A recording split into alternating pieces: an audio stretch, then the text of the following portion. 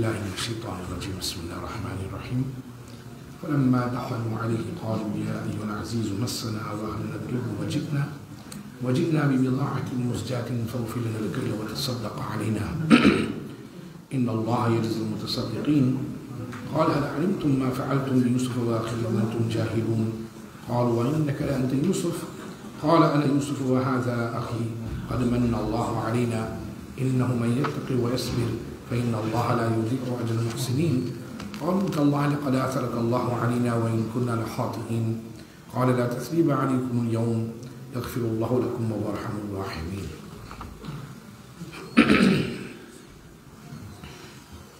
Respected listeners, continuing the Tafseer of Surah Yusuf, I just recited verse 88 onwards. And if you may recall, last week in the Tafseer, we covered the part where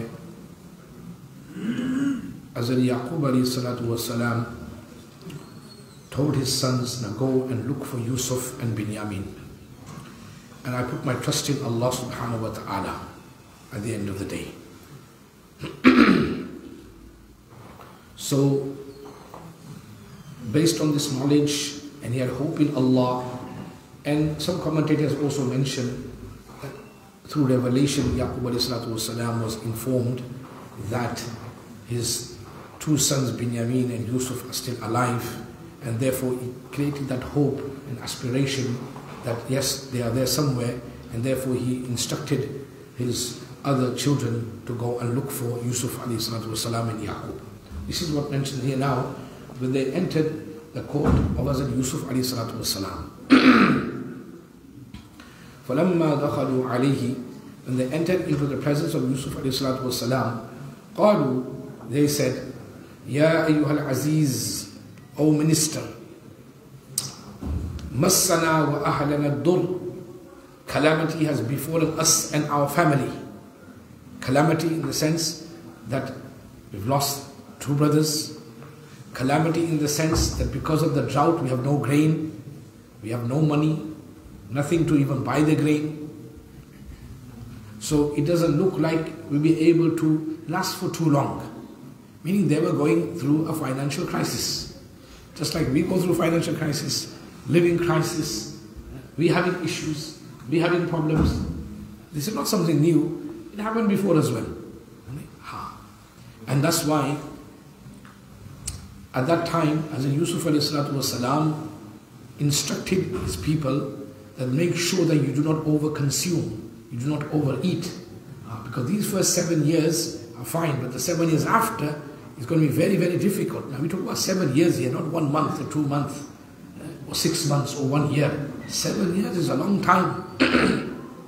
So that's why, mashallah, Yusuf alayhi salatu wasalam, the practical aspect he mentioned, he's a Nabi, he's a prophet. He didn't just say just do wazifa, just to recite and do this and make dua. Oh, the practical aspect as well. That don't overconsume, don't overeat. That's how we'll be able to protect the economy. And everyone had to do it. He himself, subhanAllah, is mentioned in the book of Tafseer that obviously he's in the palace. And the cooks in the palace, they cook for the morning, for the afternoon, for the evening. Yusuf alayhi salatu wasalam commanded only 1 meal a day. Only 1 meal a day, that's it. Even for himself. Or the cook, only 1 meal a day for everyone. Normally that's not the case in this day and age. The kings and the queens and the palaces, and they're living luxury, and the other people are suffering. Subhanallah, the Nabi showing how to lead by example. That we were also going to only have 1 meal a day. From this we learn even at the time of crisis, cost of living. This has also been implemented by the teachings of Rasulullah sallallahu alaihi wasallam. Prophet sallallahu alaihi wasallam mentions in one hadith, "Ta'amul wahid yakfi ithnain." Ta'amul wahid yakfi ithnain. The food for a meal for one person should suffice for 2 people. There you go. Meal for one person suffice for 2. Today for 2 people, not even for 1. We live to eat or you eat to live? Here Prophet sallallahu alaihi wasallam, ta'amul wahid yakfi ithnain. 1. Secondly, even water. Prophet sallallahu alaihi wasallam, when he comes to utilizing water, even for wuzu, the amount used for wudu, subhanallah, amazing. We look at the book of hadith, 1 mud. The measurement of 1 mud is about this much here. This much. This much. Allahu Akbar. Less than half a liter. Allahu Akbar. That's for wuzu. And that's why the Sahaba asked, Ya Rasulullah, even when it comes to performing wuzu in flowing water in the river, even then, because even then you only use how much is required. When it came to ghusl, approximately it is mentioned 2.5 to 3 liters, 3.5 liters of water was used for ghusl. Subhanallah. That's what you call not over-consuming. In them days, water was scarce anyway. Food was scarce, but yet still, Allahu Akbar. We go to the shower, half an hour in the shower, half an hour in the bath. And then we have a soak-in, and then on the soak-in, that's another 1 hour, 2 hours. How much water is wasted? How much water we waste? That's why in the hadith it mentions when you go to the bathroom, you don't take too long. The necessity done, out. Because bathroom is not a place of staying there for 1 hour and 2 hours. In the bathroom, the shayateen gather. The shayateen gather in the bathroom. That's the place. The toilets, that's where the shayateen gather. It's not a place to play, PlayStation or read the newspaper or go through all your phones at that time. So anyway, don't overconsume, don't overeat. And this was also instructed by Hazrat Yusuf alayhi salatu wassalam. So not only just the wadhaif, dua, salah, ibadat, obedience to Allah, but also the practical aspect is also required as well. So deen is also, our Islam is a practical religion. It's a practical religion. So anyway, so O minister, the brothers entered the courts of Hazrat Yusuf alayhi salatu wasalam. Massana wa ahlana ad-dur. Calamity has befallen us and our family. No food, no water, no grain. We don't even have enough money. And on top of that, we've lost our 2 brothers. وَجِئْنَا بِبِضَاعَةٍ مُزْجَاةٍ. We have come with a sum that is worthy of being returned. Meaning, even the coins that we have, they have defect in it. They're not even worth much. So even with this coin, we can't even buy anything. Now, who is saying this front of? As Yusuf alayhi salatu wasalam. Allahu Akbar. فَأُوفِي لَنَا الْكَيْلِ. So grant us the full measure. وَتَصَدَّقْ عَلَيْنَا. And be charitable towards us. Have mercy upon us. Give openly. We have nothing. We have nothing.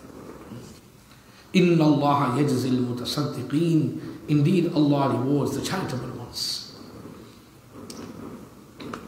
Allah Akbar.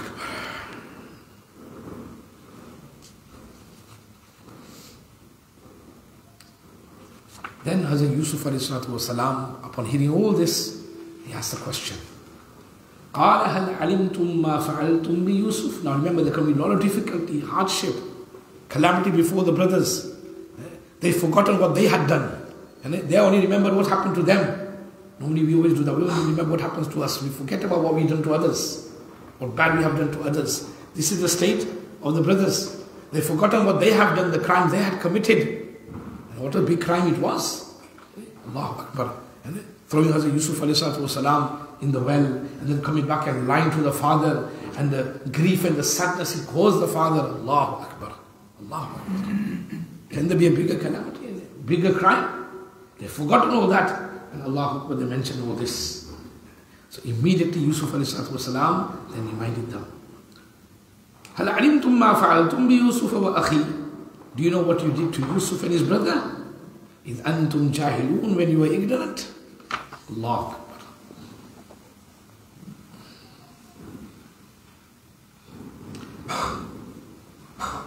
Yusuf was trying to remind them that the calamity of the drought that they claimed had befallen, there was nothing recent. It was also not so serious that nothing could be done about it. However, what they did by abducting Hazrat Yusuf and causing grief to Binyamin was even greater.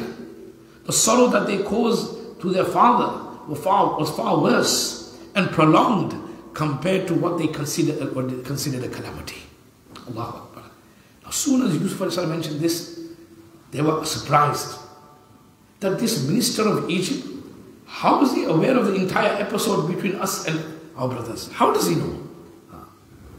So they were suspicious immediately at that time. It looks like this could be Yusuf.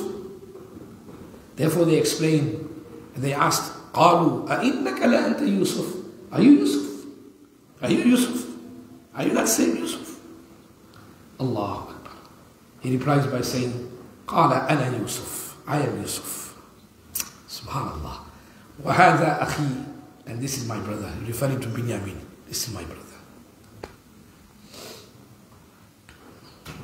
Then he mentions the most amazing thing. قد من الله علينا قد من الله علينا قد من الله علينا. That indeed Allah has favored us. Indeed Allah has favored us. This is the quality of a mu'min, that he rather speaks of Allah's favors upon himself instead of the difficulties. He is more grateful to Allah despite the fact he could have said that I was thrown into the well, then I was taken into the minister's house as a slave, then I was accused of adultery, then I was sent to prison for many, many years, like we do, name all those difficulties that we go through. He could have mentioned all that and he was right. But at that time he remembers the favors of Allah subhanahu wa ta'ala. Only a Nabi could make a statement like this. Subhanallah.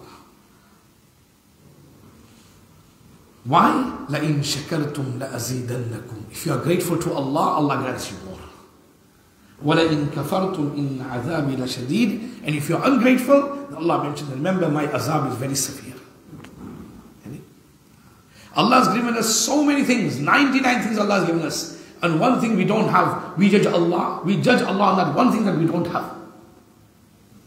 And we overlook all those 99 things that Allah has granted us. This 1 or 2 months period we're going through, famine, drought, whatever, low budget, and we're complaining and complaining and complaining. And we forget about all those years when Allah has bestowed us so much. And even in this situation, we're not going hungry or starving and we have no food. Alhamdulillah, we have everything. May Allah Ta'ala give us a tawfiq to be grateful.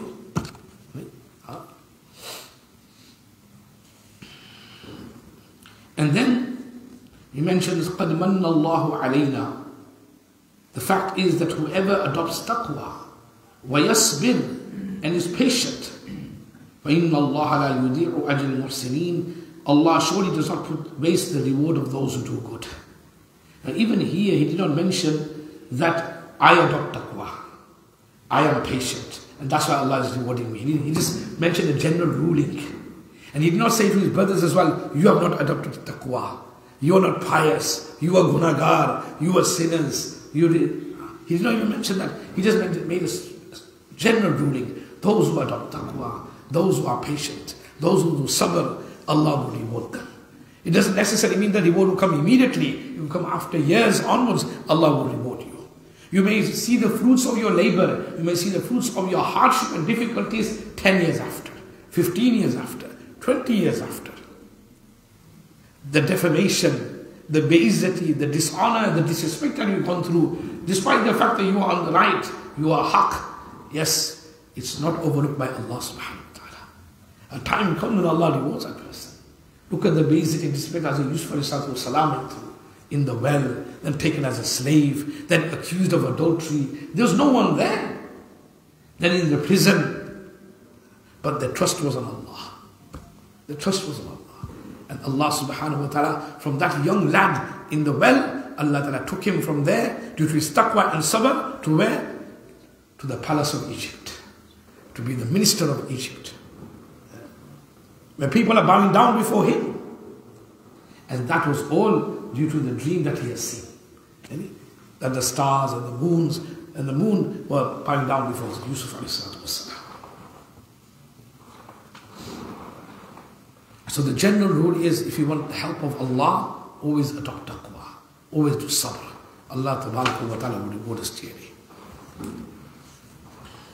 That's why Allah subhanahu wa ta'ala makes a mention in another verse of the Qur'an Kareem in Surah Baqarah, وَلَنَبْلُوَنَّكُمْ بِشَيْءٍ مِّنَ الْخَوْفِ. Indeed, we shall surely test you with fear. With fear. بِشَيْءٍ مِّنَ الْخَوْفِ. وَالْجُوعِ. With starvation. with hunger. وَنَقْصٍ مِّنَ الْأَمْوَالِ وَالْأَنفُسِ. And a time will come where you lose wealth and you lose lives. During the COVID period, we lost lives. Due to war, people lose lives. It's a test from Allah. But then what does Allah mention? وَبَشِّرِ الصَّابِرِينَ. Give glad tidings to those who are patient. The patient ones are الَّذِينَ إِذَا أَصَابَتْهُمْ مُصِيبَةٌ. When musibah befalls them, calamity befalls them, قَالُوا إِنَّا لِلَّهِ وَإِنَّا إِلَيْهِ رَاجِعُونَ. They say we belong to Allah and we're going to return to Allah. Everything that happens is from Allah. And we're going to go to Allah. Subhanallah. When Prophet ﷺ's grandchild passed away, Prophet ﷺ was lifting the grandchild and he said, إِنَّ لِلَّهِ مَا أَخَذَ وَلَهُ مَا أَعْطَى. Indeed belongs to Allah what He takes and belongs to Allah what He gives. That is our iman. That is our iman. That's why after someone passes away, they say ta'ziyat is for 3 days. You go to someone's house because someone passed away for 3 days. Consoling, comforting, condolences, 3 days. After 3 days, ta'ziyat khatam. Back to normal. You've lost your husband, you've lost your wife, you lost your brother, your children. For 3 days after that, get back to normal. Get back to your work. Why? It's to show that Allah, I am happy with your decision.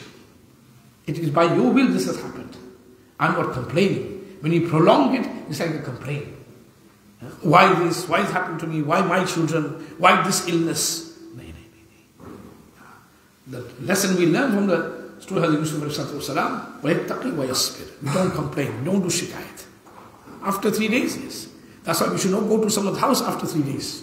In the past, we should go the first day, we should go the second day, we should go the third day. We should not completely not go, no, we should go. They need comforting, consoling. And when we go there, sabr. May Allah grant you sabr.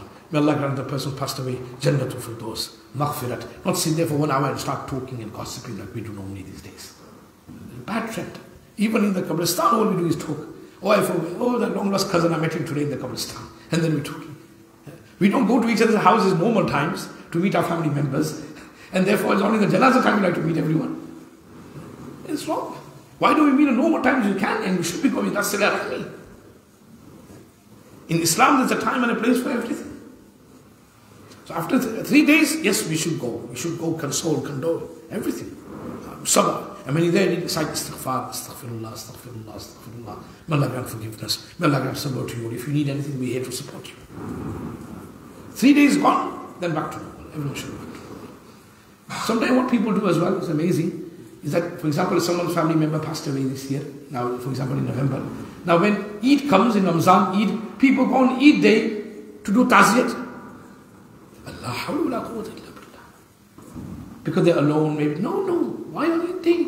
They do khatam on Eid day because I know my husband passed away, my wife passed away, my children passed away, and now it's the first Eid, so then people go to their homes and they bring food and this and that. That's not part of Islam. Condolence only for 3 days, ta'ziyat. That's it. On Eid day is a day of happiness. Why remind that person again of all that gham and all that sorrow and all that loss? So this is a trend and a custom which takes place in certain families. We should try to avoid it. The day of Eid is a day of happiness. I remember one Ajib or Gharib, they were ready to take the Khatam Qur'an paras on that day for Eid. I go, what are you doing? I go, we're doing No. You don't need that. What's what you do? Reminding that person of the lost love, they'll start crying again, they remember all that. It's a day of happiness and joy. If you want to do all that in your own time, do as much ibadat as possible and convey the sawab to the deceased. Make as much dua as possible. Do good amal and good saleh and then do isal sawab. Do what we have to do. Don't do what we're not supposed to do. This all comes in the way taqwa ismir, taqwa, sabr, patience. When we are patient, Allah Ta'ala will reward us. But we don't complain.